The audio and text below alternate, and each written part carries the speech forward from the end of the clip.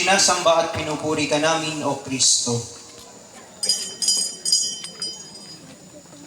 Pagbasa sa Ebanghelyo ayon kay San Juan.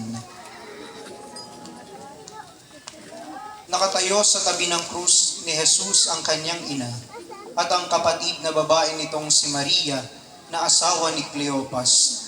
Naroon din si Maria Magdalena. Nang makita ni Jesus ang kanyang ina at ang minamahal niyang alagad sa tabi nito, kanyang sinabi, "Ginang, narito ang iyong anak."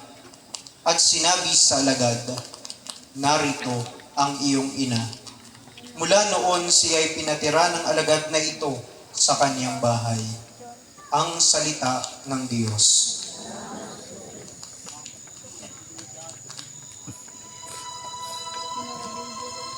Baba,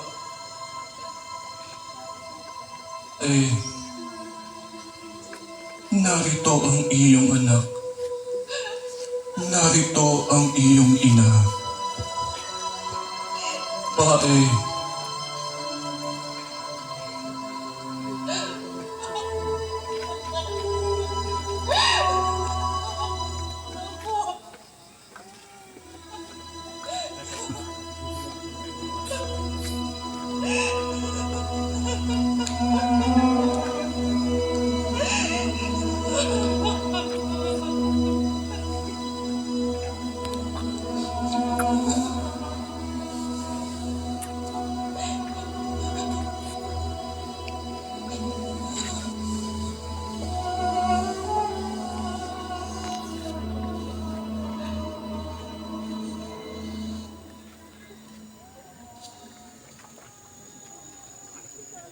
Pagninilay.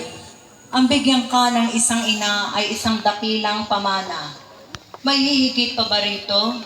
Siyempre, ang ibibigay natin sa ating minamahal ay ang pinakamaganda o ang pinakamahalaga sa atin. Ano ang habilin natin sa isang taong aalis? Mag-ingat ka. Ang salitang ito ay may pabaong pagmamahal. Nang ipinagkaloob ni Jesus ang kanyang mahal na ina sa kanyang mahal na alagad, ipinagkaloob din niya sa atin upang ating maging ina rin. Panalangin.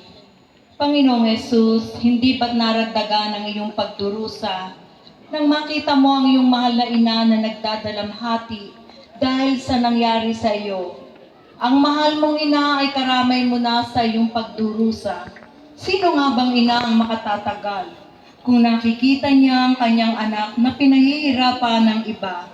Dahil sa pagmamahal mo sa iyong ina, ay inatasan mo ang iyong alagad na matalik mo ring kaibigan, na huwag siyang pababayaan. Mapalad din ang iyong alagad sa pagkakaroon ng isang ina. Salamat sa iyo, Panginoon, at ibinigay mo sa amin ang iyong ina upang maging ina rin namin. Tinatanggap din namin si Maria ng buong puso. Luwalhati sa Ama at sa Anak at sa Espiritu Santo.